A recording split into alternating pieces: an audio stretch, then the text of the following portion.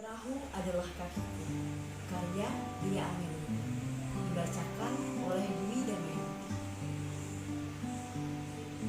Pada masa kecil, saat aku masih duduk di bangku sekolah dasar, saat itu umurku masih sangat muda. Ketika itu, rumah orang tuaku jauh dari keramaian. Rumah keluargaku sangat terpencil di pesawahan, sangat jauh dari sekolah. Kira-kira 1 jam perjalanan untuk menuju ke sekolah. Pada zaman dahulu, aku pergi ke sekolah bersama saudaraku. Kami 5 bersaudara, aku dan kakakku keempat. Pada waktu itu, kakakku duduk di bangku sekolah menengah atas. Kakakku bernama Sultan. Kami selalu berangkat ke sekolah bersama dengan mengendarai perahu kecil. Waktu itu ada 2 perahu. Perahu satunya yaitu perahu yang dikendarai oleh tetanggaku. Namanya Mira Anjani. Ia duduk di bangku sekolah dasar kelas 4. Ia 1 tahun di bawahku, karena saat itu aku kelas 5 sekolah dasar. Sejak kecil kami selalu bermain bersama. Waktu itu Mira pergi ke sekolah, juga tidak sendirian. Ia pergi bersama kakaknya yang bernama Junaidi. Kakaknya tersebut sama seperti kakakku yang masih duduk di bangku sekolah menengah atas. Pada suatu ketika, kami pergi ke sekolah bersama, seperti biasanya dengan mengendarai 2 perahu. Seperti biasanya, kami mendayung perahu. Sebelum subuh, kami sudah mandi semua untuk bersiap pergi ke sekolah kami masing-masing. Waktu itu, air di pesawahan hendak pasang, hingga membuat aliran air begitu deras, dan terjangan airnya pun begitu kuat, sampai-sampai membuat kami kewalahan untuk mendayung perahu. Tapi kami bersikeras untuk melawan arus deras tersebut, sampai akhirnya perahu kami tak kuasa untuk melawan terjangan air. Itu membuat perahu kami tenggelam dan membuat seragam kesayangan kami basah kuyup. Waktu itu aku sangat cemas karena aku tidak bisa berenang. Syukur alhamdulillah kami dilindungi oleh Allah Subhanahu wa taala. Tepat di tempat kejadian tenggelamnya perahu, posisi perahu kami tidak jauh dari rumput-rumput tebal, sehingga membuat kami bisa berpegangan di rumput-rumput tersebut. Kakakku yang melihatku langsung menolongku karena dia tahu waktu itu aku tidak bisa berenang. Ia langsung bertanya, "Apakah kau baik-baik saja?" "Hanya sedikit lemas," jawabku. "Lebih baik kau pulang saja dulu. Izin saja dulu untuk tidak masuk sekolah hari ini. Nanti akan kubuatkan surat izin untukmu," ujar kakakku. Tapi aku masih bersikeras ingin masuk sekolah, karena 1 hari tidak masuk sekolah rasanya seperti ada yang kurang, dan merasa tidak enak jika ketinggalan 1 pelajaran. Aku pun menjawab, "Aku masih mau sekolah, Kak." Baiklah, kalau itu mau. Tapi ingat, kalau memang kamu merasa tidak kuat, lebih baik kamu beristirahat saja. Tapi kalau memang kamu sanggup, ya silahkan, ucap kakak. Akhirnya putar haluan untuk pulang ke rumah, mengganti seragam kami yang kering. Tiba di rumah, orang tua kami terkejut melihat kami basah kuyup dari ujung kepala sampai ujung kaki. Ibu kami bertanya, "Kenapa kalian basah kuyup seperti ini? Apa yang terjadi kepada kalian? Kok bisa seperti ini?" Dengan ekspresi yang kaget ketika melihat kami. Kakakku pun menjawab, "Di pertengahan jalan kami dihantam oleh arus deras sehingga membuat perahu kami tenggelam dan basah kuyup seperti ini. Kami pulang untuk mengganti seragam, Bu." apakah masih ada seragam kami yang bersih yang masih bisa kami pakai untuk ke sekolah? Ada. Ambil saja di lemari. Di sana ada yang sudah ibu setrika, langsung saja pakai. Cepat-cepat, nanti kalian keburu telat ke sekolahnya, ujar ibu kepada kami. Kami pun langsung bergegas mengganti pakaian. Setelah itu kami langsung pergi lagi ke sekolah dengan penuh semangat dan penuh hati-hati. Kami mendayung perahu agar tidak terjadi lagi kejadian seperti sebelumnya. Setelah 1 jam lebih kami menempuh perjalanan, tibalah kami di sekolah kami masing-masing. Namun kami datang tidak tepat waktu. Kami datang pukul 8, sedangkan kami masuk pukul 7.30. Aku merasa sangat cemas karena kami telat masuk ke sekolah. Aku langsung mengetuk pintu kelas. Tok tok tok, assalamualaikum, ujar mengucap salam ke guru dan teman-teman di kelas.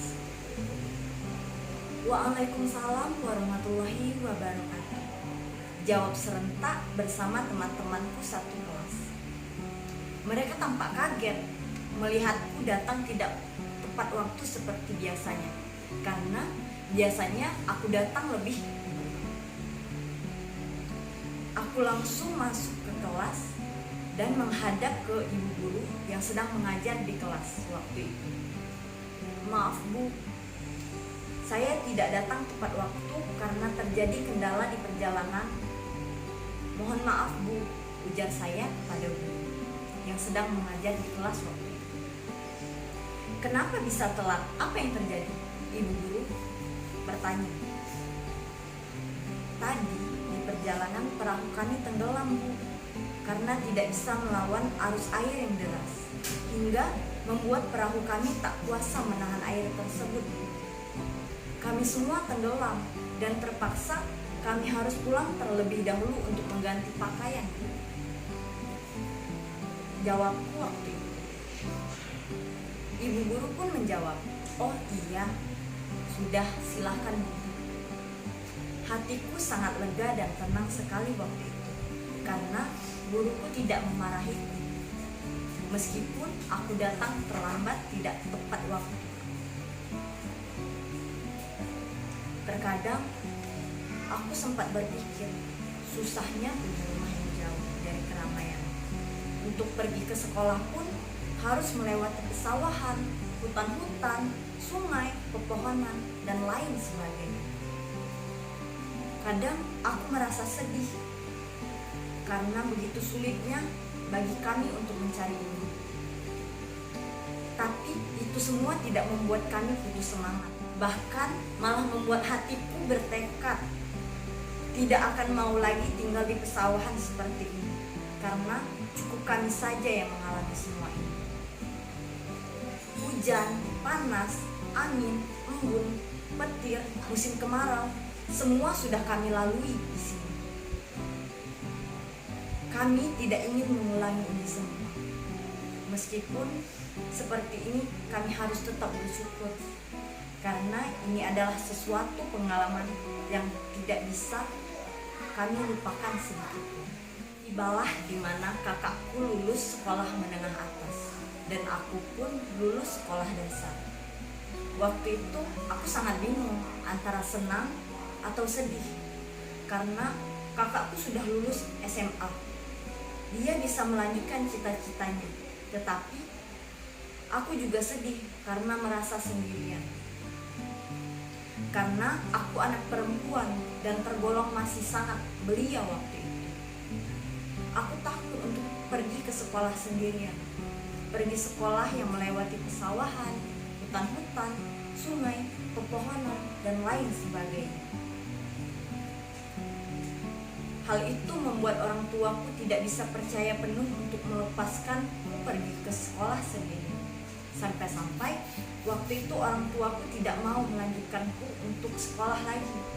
Aku sangat sedih dan sangat-sangat kecewa, karena sekolah yang tinggi adalah salah satu cita-citaku dari dulu.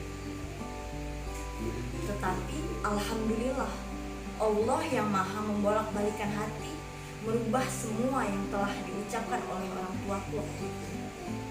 dan mau melanjutkan untuk sekolah ke jenjang sekolah menengah pertama, tapi dengan syarat tertentu. Aku pun langsung tidak sabar ingin mendengar syarat yang telah diberikan oleh ayahku kepadaku. Ternyata, rupanya aku harus tinggal di rumah sepupuku yang tidak jauh dari sekolah yang baru. Tentu tidak ada pilihan lain.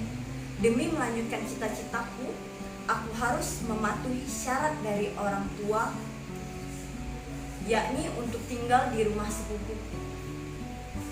Selama 3 tahun pendidikan SMP, selama 3 tahun itu pun aku tinggal di rumah sepupu yang terpisah jauh dengan orang tua. Semua sendirian, apa-apa kulakukan sendirian. Intinya, semua serba sendiri. Pada akhirnya, aku lulus dari sekolah menengah pertama dan melanjutkan sekolah menengah kejuruan SMK.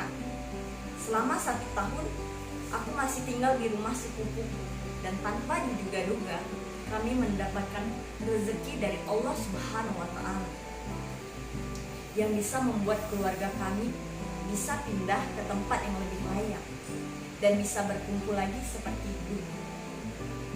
Banyak pengalaman yang bisa kuambil ketika aku masih tinggal di rumah orang lain dan bagaimana rasanya tinggal jauh dari orang tua. Dengan umur yang masih sangat kecil, memaksaku untuk selalu mandiri tanpa mereka. Dan ini juga pengalaman yang tentu tidak akan bisa aku lupakan selamanya.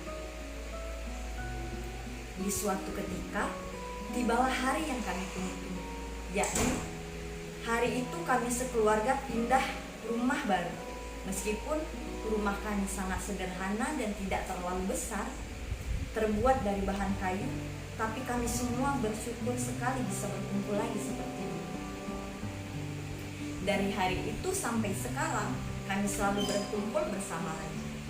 Baik susah maupun senang, kami alami bersama-sama.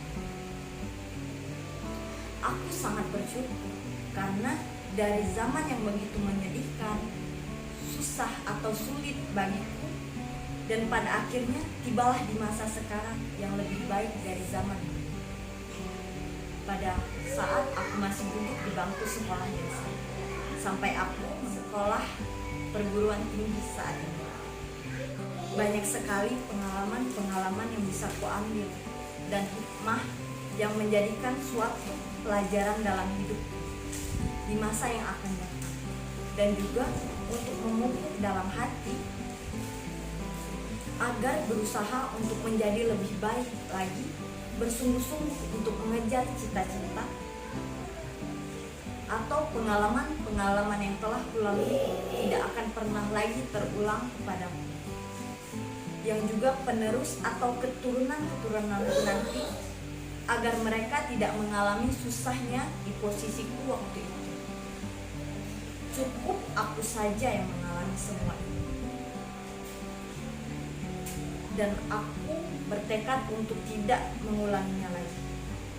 Aku bukannya tidak mau bersyukur, tetapi hanya saja aku punya prinsip, ingin menjadi orang yang lebih baik dari sebelum-sebelumnya dan bisa menjadi orang yang berguna bagi orang yang